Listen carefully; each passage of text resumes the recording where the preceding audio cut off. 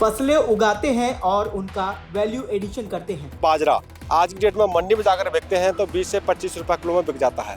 अगर उसी बाजरे का हम बिस्कुट बना करके बेचते हैं, 100 ग्राम का जो पैकिंग है जिसे हम 25 रुपए में सेल कर देते हैं। कुछ जमीन में हम गेहूं करते हैं, कुछ में मसूर करते हैं, चना करते हैं। किसान का जितना शहर लगा हुआ है एफपीओ में, वो उतना ही उसके लिए शहर दिया जाता है। तो उस एफपीओ में जितने लोगों का शहर लगा हुआ है वो सभी उसके मालिक हैं।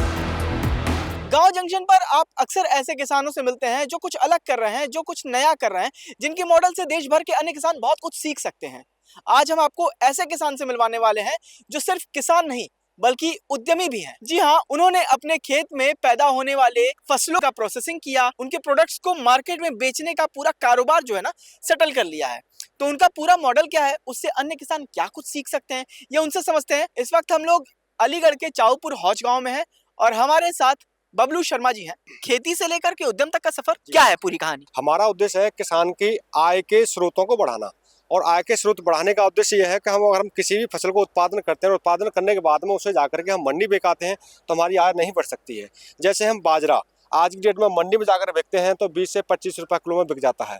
अगर उसी बाजरे का हम बिस्कुट बना करके बेचते हैं तो 100 ग्राम का जो पैकिंग है जिसे हम 25 रुपए में सेल कर देते हैं। जो बाजरे की जो कॉस्ट है वो 250 रुपए किलो में पहुंच जाती है। जैसे ज्वार की बात करते हैं, ये हमारी ज्वार की फसल खड़ी हुई है और इसी फसल में हम बात करते हैं मार्केट में जाके बेचें तो 40 रुपये 50 रुपये किलो में बिक जाती है। और उसी ज्वार का अगर हम बिस्कुट बना कर बेचें 100 ग्राम तो 25 रुपये का चला जाता है। नमकीन बना करके बेचें 100 ग्राम तो 25 रुपये चली जाती है। और अगर हम लड्डू बनाकर बेचें इसी ज्वार का हम तो मिनिमम 50 से 60 रुपये किलो में चला जाता है हमारा जो।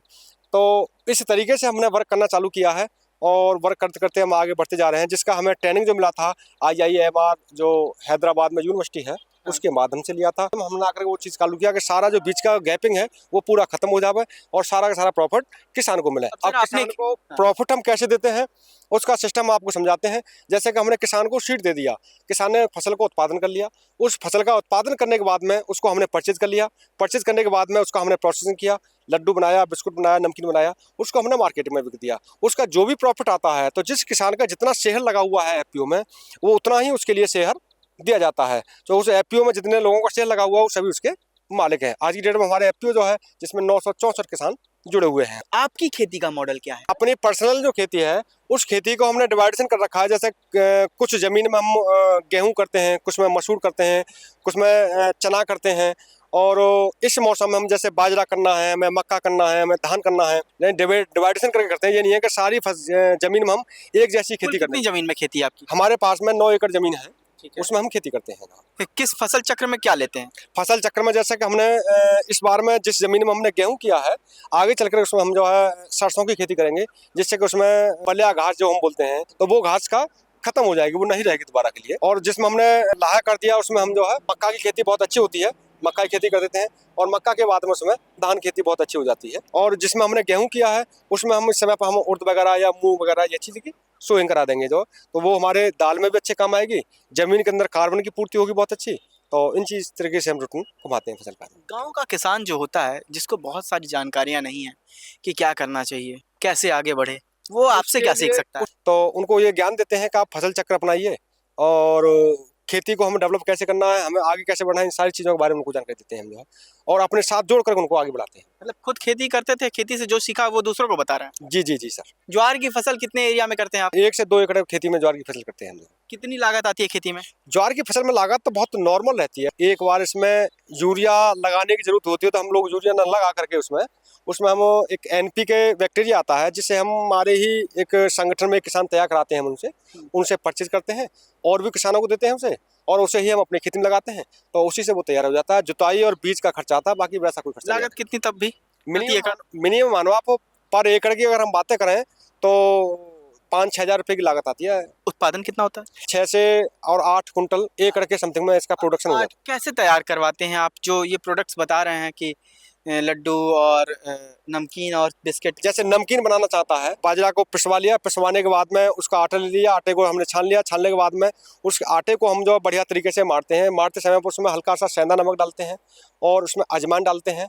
अजवाइन डालने के बाद में उस आटे का हम जैसे बेलन होता है उसे हल्का सा बेलते हैं।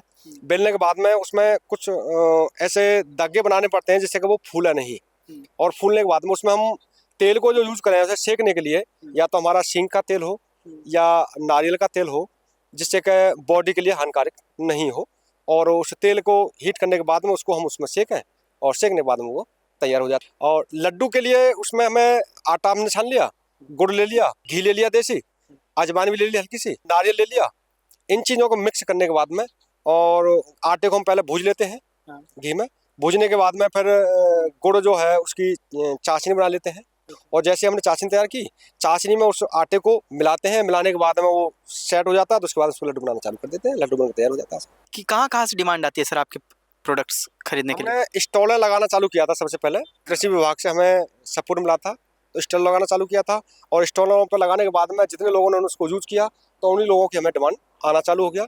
उससे हट करके भी हम लोगों से मिलते हैं। कोई व्यक्ति मार्केट पकड़ना चाहता है तो उसका मूल मंत्र क्या है?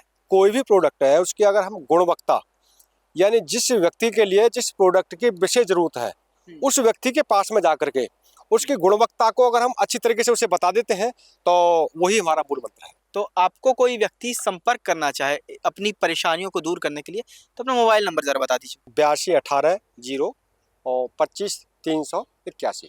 तो आपने देखा कि एक किसान जिसके पास 9 एकड़ की जमीन है, उसने किस तरीके से अपनी खेती के मॉडल को आधुनिक बना रखा है। अपने खेत में पैदा होने वाली फसलों की वो प्रोसेसिंग करते हैं, प्रोसेसिंग के बाद उसकी पैकेजिंग करते हैं और उसी की मार्केटिंग करते हैं और भारी मुनाफा कमाते हैं। गांव जंक्शन के लिए आयुष सिन्हा। गांव जंक्शन को सभी सोशल मीडिया प्लेटफॉर्म्स पर फॉलो करें। व्हाट्सएप चैनल और जीमेल आईडी पर भी संपर्क साध सकते हैं।